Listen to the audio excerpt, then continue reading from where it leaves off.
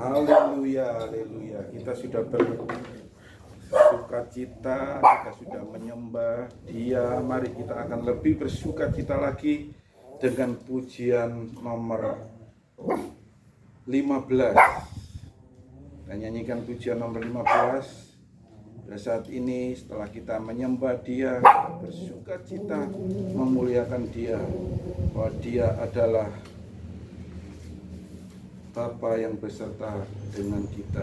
Apapun yang kita alami ini kita tidak mengerti, tetapi yang kita imani, kita yakini bahwa Bapa Yahweh yaitu memberikan suatu berkat yang luar biasa di tahun 2023 ini. Haleluya.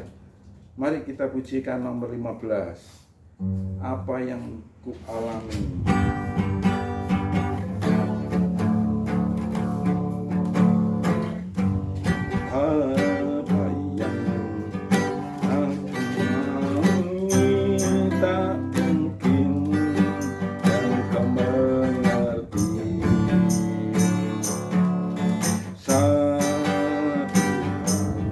Tanamkan di hati indah semua yang Tuhan beri. Tangan Tuhan akan memberi suatu karya yang agung mulia. Saatnya kan tiba nanti, Kau yang pelangi kasih-Nya. Apa yang engkau alami ini mungkin tak dapat engkau mengerti.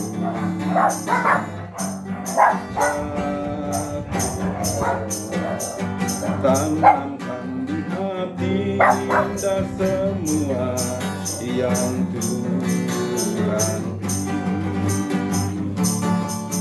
beri.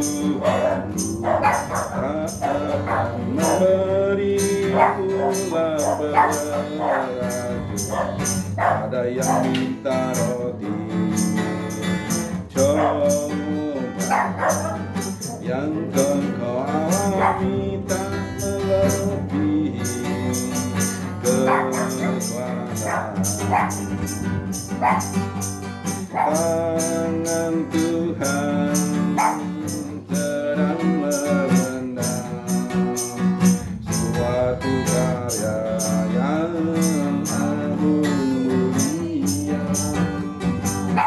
Saatnya kan tiba nanti, Kau yang pelangi kasih-Nya. Tangan Tuhan sedang merendam suatu karya yang agung mulia. Saatnya kan tiba nanti, Kau yang pelangi kasih-Nya. Kau yang pelangi kasih-Nya. Kau yang pelangi kasih-Nya. Haleluya, haleluya. Ada sukacita. Haleluya, amin. Haleluya. Mari kita saat ini saatnya untuk merenungkan Dafar Elohim. Kita pujikan pujian nomor 98. Kusiapkan hatiku Tuhan. Haleluya. Biarlah kita tetap bersukacita di dalam kondisi dan keadaan bagaimanapun juga, tidak akan mempengaruhi sukacita kita kepada Tuhan, karena Elohim Tuhan kita lah yang menempatkan kita untuk kita selalu bersukacita karena hati yang gembira adalah obat. Mari kita saat ini obati hati kita dengan menyiapkan hati kita untuk merenungkan Dafar Elohim. Kita pujikan pujian nomor 98, Kusiapkan hatiku Tuhan. Kusiapkan hatiku Tuhan untuk dengar firman-Mu saat ini. Sujud menyembah-Mu Tuhan, masuk hadirat-Mu saat ini. Curahkan urapan-Mu Tuhan bagi jemaat-Mu saat ini. Ku siapkan hatiku Tuhan, ku dengar firman-Mu. Kita kembali ke atas. Ku siapkan hatiku Tuhan untuk dengar firman-Mu saat ini.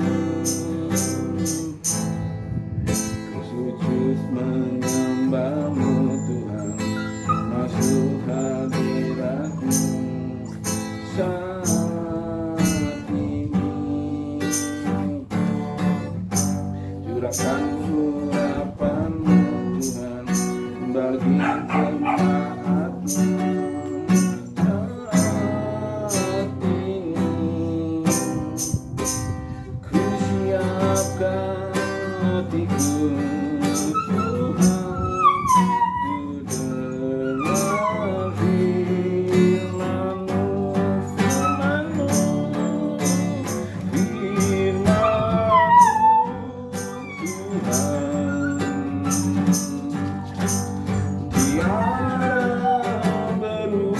Tiada berubah,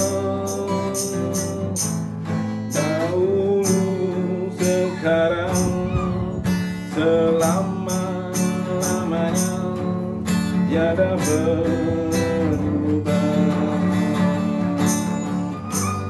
Firman-Mu Tuhan, penang hidupku. Ku siapkan hatiku Tuhan, ku dengar firman-Mu, firman-Mu Tuhan, firman-Mu Tuhan. Tiada berubah, dahulu, sekarang, selama-lamanya, tiada berubah.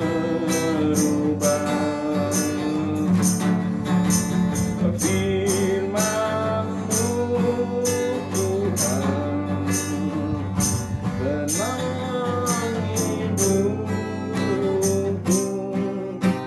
Ku siapkan hatiku Tuhan, ku dengar firman-Mu.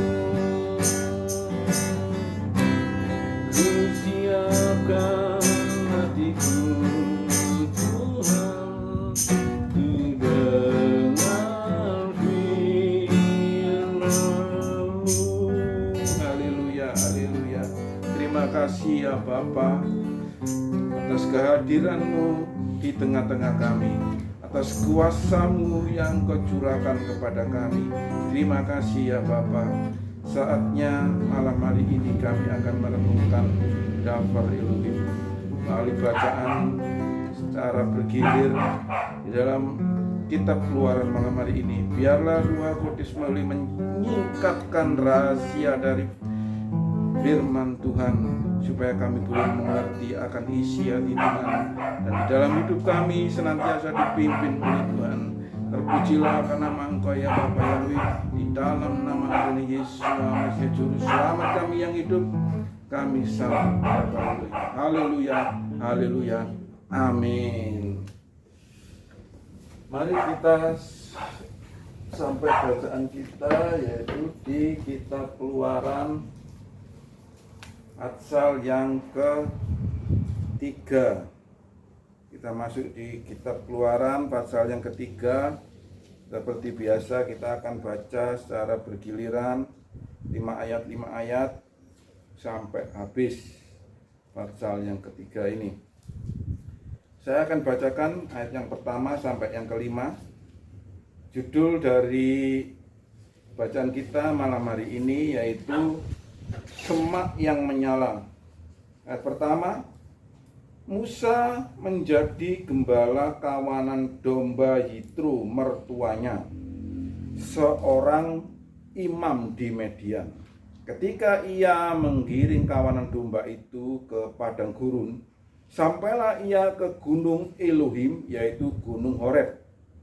Lalu malaikat Yahweh menampakkan diri kepadanya di dalam nyala api yang keluar dari tengah-tengah semak belukar. Musa melihat semak belukar itu menyala, tetapi semak belukar itu tidak terbakar. Maka Musa berkata dalam hatinya, "Aku akan mendekat dan memeriksa penglihatan yang hebat ini. Mengapa semak belukar itu tidak terbakar?" Ketika Yahweh melihat bahwa Musa mendekat untuk memeriksa dari tengah-tengah semak belukar itu, Elohim memanggil Musa. "Hai Musa," jawabnya. "Ya, ini aku." Elohim berkata, "Janganlah mendekat, tanggalkanlah kasutmu, karena tempat kamu berdiri adalah tanah yang kudus." Lagi ia berfirman, "Akulah Elohim ayahmu Allah Abraham, Allah Ishak, dan Allah Yakub." Lalu Musa menutupi mukanya sebab ia takut memandang Elohim. Dan Tuhan berfirman, "Aku telah memperhatikan dengan sungguh kesengsaraan umatku di tanah Mesir, dan aku telah mendengar seruan mereka yang disebabkan oleh pengerah-pengerah mereka. Ya, aku mengetahui penderitaan mereka. Sebab itu aku telah turun untuk melepaskan mereka dari tangan orang Mesir dan menuntun mereka keluar dari negeri itu ke suatu negeri yang baik dan luas, suatu negeri yang berlimpah-limpah susu dan madunya, di tempat orang Kanaan, orang Het, orang Amori, orang Feris, orang Hewi, dan orang Yebus. Sekarang seruan orang Israel telah sampai kepadaku, juga telah kulihat betapa kerasnya orang Mesir menindas mereka. Jadi sekarang pergilah, aku mengutus engkau kepada Firaun untuk membawa umatku orang Israel keluar dari Mesir." 11. Tapi Musa berkata kepada Elohim, "Siapakah aku ini? Maka aku yang akan menghadap Firaun dan membawa orang Israel keluar dari Mesir." Lalu firman-Nya, "Bukankah aku akan menyertai engkau? Inilah tanda bagimu bahwa aku yang mengutus engkau. Apabila engkau telah membawa bangsa itu keluar dari Mesir, maka kamu akan beribadah kepada Elohim di gunung ini." Lalu Musa berkata kepada Elohim, "Tetapi apabila aku mendapatkan orang Israel dan berkata kepada mereka, Elohim nenek moyangmu telah mengutus aku kepadamu, dan mereka bertanya kepadaku, bagaimana tentang namanya? Apa yang harus kujawab kepada mereka?" Firman Elohim kepada Musa, "Aku adalah aku." Lalu lagi firman-Nya, "Beginilah kau katakan kepada orang Israel itu, Akulah aku, telah mengutus aku kepadamu." Selanjutnya berfirmanlah Elohim kepada Musa, "Beginilah kau katakan kepada orang Israel, Tuhan Elohim nenek moyangmu, Elohim Abraham, Elohim Ishak, dan Elohim Yakub telah mengutus aku kepadamu. Itulah namaku untuk selama-lamanya, dan itulah sebutanku turun-temurun." Ayat 16. "Pergilah, kumpulkanlah tua-tua Israel dan katakanlah kepada mereka, Yahweh Elohimnya leluhurmu, Elohimnya Abraham, Ishak, dan Yakub, telah menampakkan diri kepadaku dan berfirman, aku benar-benar melawat kamu dan melihat apa yang telah dilakukan kepadamu di Mesir. Aku sudah berfirman, aku akan membawa kamu keluar dari kesengsaraan di Mesir menuju negeri Kanaan, orang Het, orang Amori, orang Feris, orang Hewi, dan orang Yebus, yaitu negeri yang berlimpah susu dan madu. Para tua-tua Israel itu akan mendengarkan suaramu, lalu engkau bersama para tua-tua Israel itu akan datang kepada Raja Mesir, dan kalian akan berkata kepadanya, Yahweh Elohimnya orang Ibrani telah menemui kami, karena itu izinkanlah kami pergi ke padang gurun selama 3 hari perjalanan jauhnya, supaya kami dapat mempersembahkan kurban kepada Yahweh Elohim kami. Namun aku tahu bahwa Raja Mesir tidak akan mengizinkan kamu pergi kecuali oleh tangan yang kuat. Karena itu aku mengulurkan tanganku dan menghantam Mesir dengan segala keajaiban yang akan kulakukan di tengah-tengah mereka. Sesudah itu barulah ia akan membiarkan kamu pergi. Dan aku akan membuat orang Mesir bermurah hati terhadap bangsa ini, sehingga apabila kamu pergi, kamu tidak pergi dengan tangan hampa.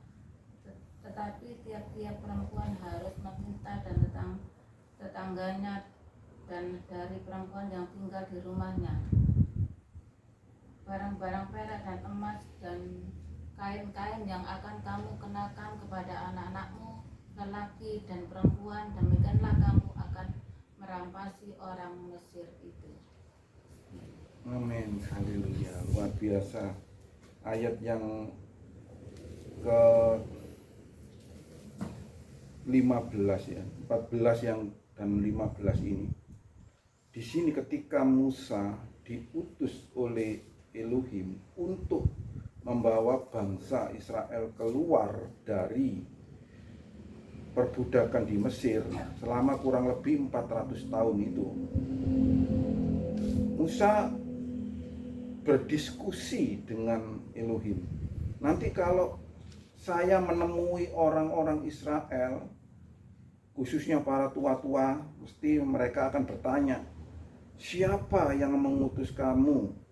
Siapa namamu? Nah, di sini dengan jelas dikatakan ayat yang ke-15, lalu Elohim berfirman kepada Musa, beginilah harus kau katakan kepada Bani Israel, Yahweh Elohimnya leluhurmu, Elohimnya Abraham, Ishak dan Yakub telah mengutus aku kepadamu, itulah namaku. Jadi nama dari Elohim itu adalah Yahweh, jelas di Keluaran 3 ayat yang ke-15 ini ya. Itulah namaku untuk selama-lamanya, dan itulah mengingat bagiku dari generasi ke generasi. Ini bahasa aslinya itu namanya Elohim itu Yahweh itu. Nah, ini dijelaskan di ayat ini kan.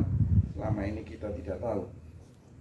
Jadi dari bacaan kita malam hari ini, ada satu yang luar biasa yang dapat kita ambil kesimpulannya, yaitu Elohim mendengar doa dari bangsa Israel. Doanya ini berapa lama? 1 tahun, 2 tahun? Tidak, 400 tahun penderitaan yang dialami oleh bangsa Israel. Mereka setiap hari berseru-seru minta pertolongan kepada Elohim supaya terlepas dari penderitaan perbudakan yang dilakukan oleh orang-orang Mesir terhadap bangsa Israel. Dan akhirnya Elohim mendengar. Apakah selama 400 tahun itu Elohim tidak mendengar? Itu pertanyaannya. Mari kita jawab bersama-sama. Mendengar apa enggak kira-kira? Selama 400 mereka berseru-seru itu. Mendengar. Ya, pasti mendengar. Cuma waktunya Elohim, waktunya Tuhan itu bukan waktu kita. Jadi tugas dan tanggung jawab kita sebagai orang-orang percaya itu berseru, berdoa, memohon. Masalah kapan Tuhan mengabulkan permohonan doa kita itu urusan Tuhan. Bagian kita itu adalah berbakti, berdoa, memohon, mengucap syukur. Itu bagian kita.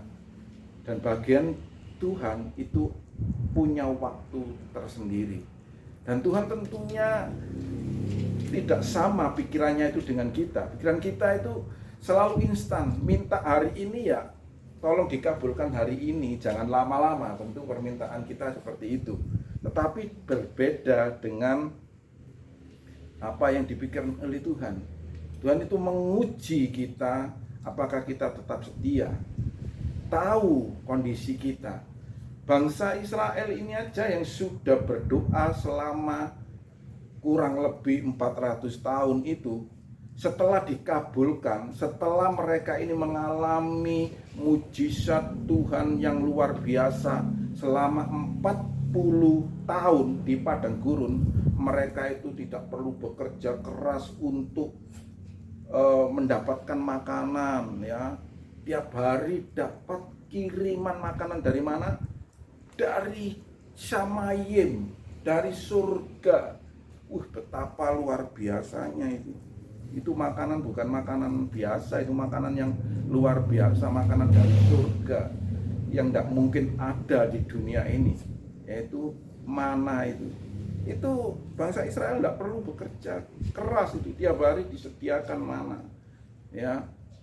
Itu aja masih tidak terima, masih menuntut, masih berontak. Nah, itulah karakter manusia. Tapi itu jangan kita tiru.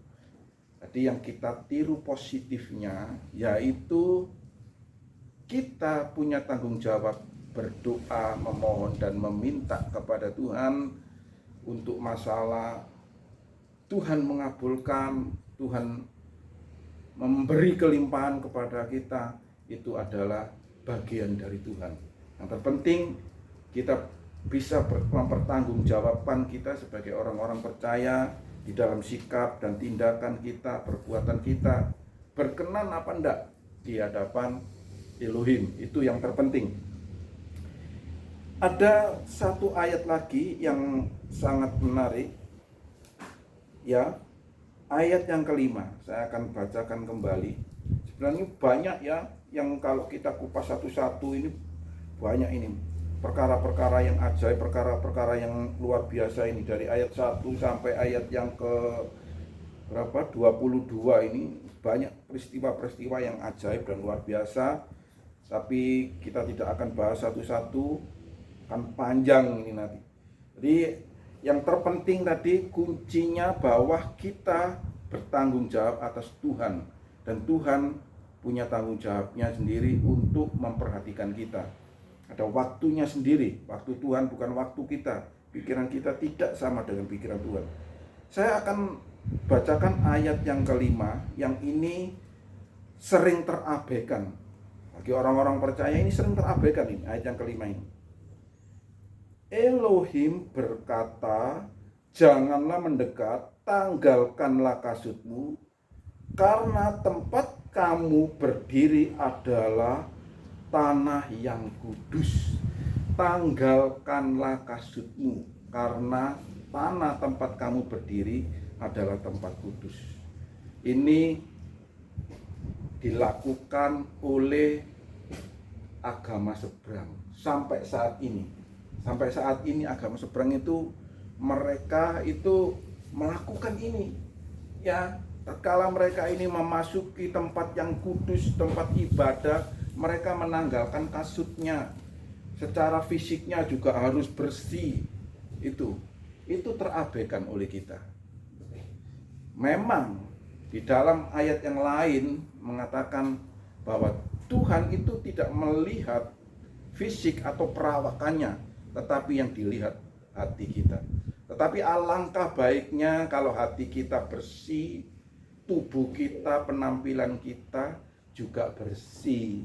Kalau hatinya bersih, penampilannya jorok dan kotor, biasanya penampilan itu juga mencerminkan hati.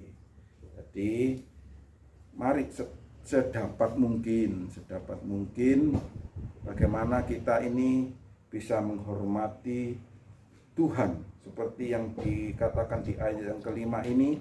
Berarti kita pada waktu pergi ke Kehilat, ke tempat ibadah, tidak harus kita lepas sepatu kemudian masuk ke Kehilat, tidak. Karena memang sudah tradisi kita, ya kita harus pakaian rapi, tidak perlu menanggalkan sepatu kita atau sandal kita.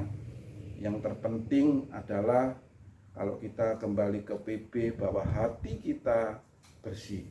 Kalau yang masalah penampilan itu nomor 2, fisik penampilan itu nomor 2. Tapi alangkah baiknya hati kita bersih, tubuh kita juga bersih.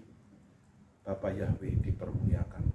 Mari kita masuk di dalam doa, kita pujikan pujian nomor 96, terus kita masuk di dalam doa syafaat. Terus nanti Mbak Indah doa syafaat, sekalian doa konsumsi ya, langsung aja dipercepat, dipersingkat, silakan.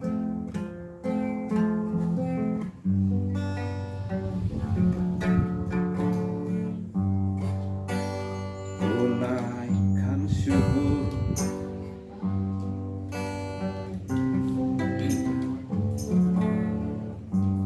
naikkan syukur padamu Yesus, ku sembah sujud kepadamu Tuhan, di hadapan takhta kemuliaan-Mu, ku tinggikan, ku agungkan selamanya. Ku naikkan syukur, naikkan syukur padamu Yesus, ku sembah sujud kepadamu Tuhan, di hadapan takhta kemuliaan-Mu, ku tinggikan, ku agungkan selamanya. Segala puji syukur bagimu, ku tinggikan nama-Mu selalu. Kemuliaan hanya bagi-Mu, terpujilah nama-Mu. Segala puji syukur bagi-Mu, ku tinggikan nama-Mu selalu. Kemuliaan hanya bagi-Mu, terpujilah nama-Mu, terpujilah nama-Mu. Haleluya, haleluya, haleluya.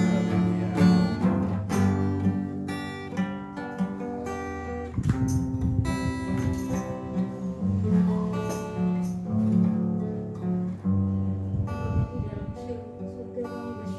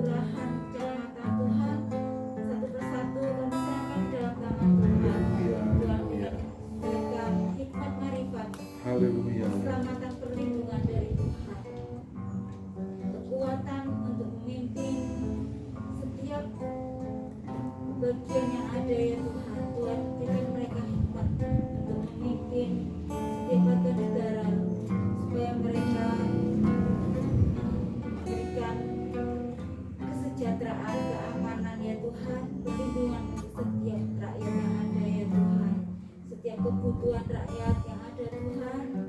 Tuhan memberikan berkat yang dari Tuhan melalui pemimpin-pemimpin yang ada ini ya Tuhan.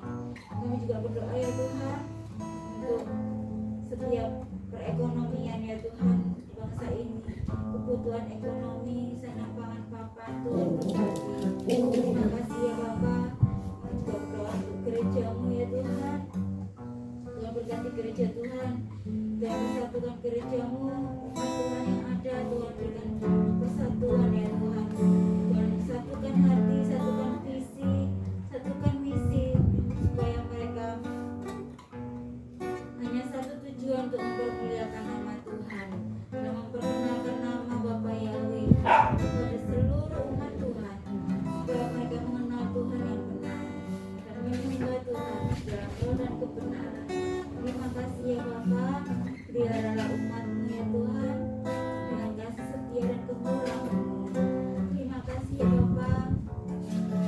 Kami juga berdoa untuk setiap keluarga, Tuhan berkati ya Tuhan, setiap keluarga anak-anak Tuhan, berikan mereka keselamatan ya Tuhan, segala kebutuhan dan keperluan mereka tercukupi, terpenuhi sesuai dengan rahmat Tuhan dalam kehidupan mereka.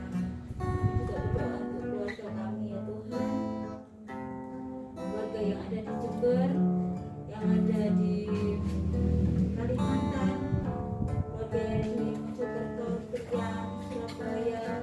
Kami serahkan semua dalam tangan Tuhan. Juga keluarga Ngawi, Tuhan kami rindu mereka juga menerima keselamatan dari Tuhan.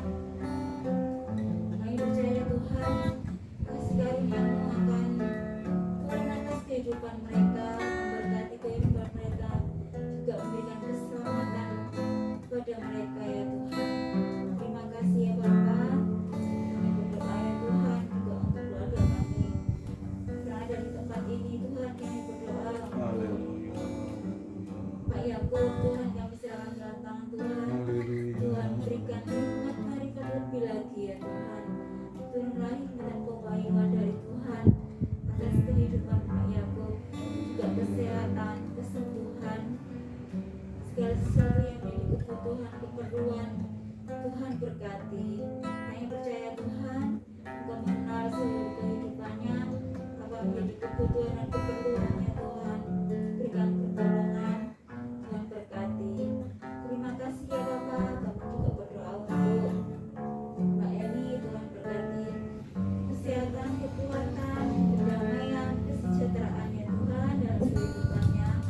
Tuhan berkati apa yang menjadi doa-doa kumpulannya Tuhan, juga dalam menjaga toko, dalam mengelola toko. Tuhan berkati segala sesuatu yang menjadi kebutuhan keperluan Mbak Eni, Tuhan berkati. Terima kasih ya Bapa. Tuhan berkati toko Omega, segala sesuatu yang sudah ada ya Tuhan, yang sudah tersedia di toko untuk dijual. Tuhan berkati, Tuhan beri pelanggan-pelanggan, pembeli-pembeli untuk datang berbelanja di toko Omega. Terima kasih Bapa. Tuhan memberkati toko ini supaya toko ini juga boleh menjadi berkat bagi banyak orang. Terima kasih Bapa yang baik. Berdoa juga ya Tuhan untuk Ruben Santoso. Tuhan berkati segala cita-citanya ya Tuhan, kerinduan, pergumulan dan doa-doanya ya Tuhan. Tuhan berkati Ruben. Tuhan penuhi dengan Roh Kudus yang memimpin dia, yang menuntun Ruben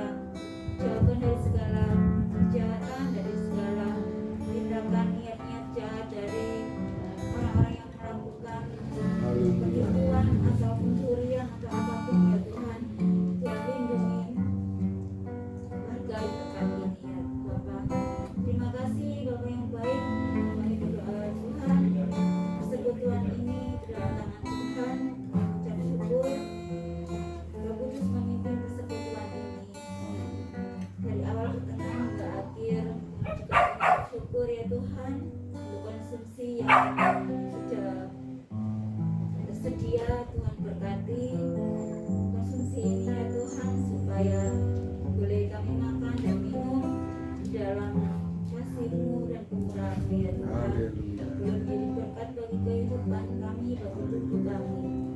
Terima kasih Bapak yang baik. Kami serahkan rangkaian doa kami di dalam ya Tuhan. Firman Roh Kudus menyempurnakan ini. Di dalam nama Yesus Masiah kami berdoa dan Haleluya. Terima kasih Bapak Yahweh di dalam nama Tuhan Yesus Masiah yang telah menyertai di dalam persekutuan kami mulai awal pertengahan hingga pada akhirnya. Kami mengucap syukur damai sejahtera-Mu, sukacita-Mu, berkat-berkat-Mu melimpah-limpah atas kehidupan kami.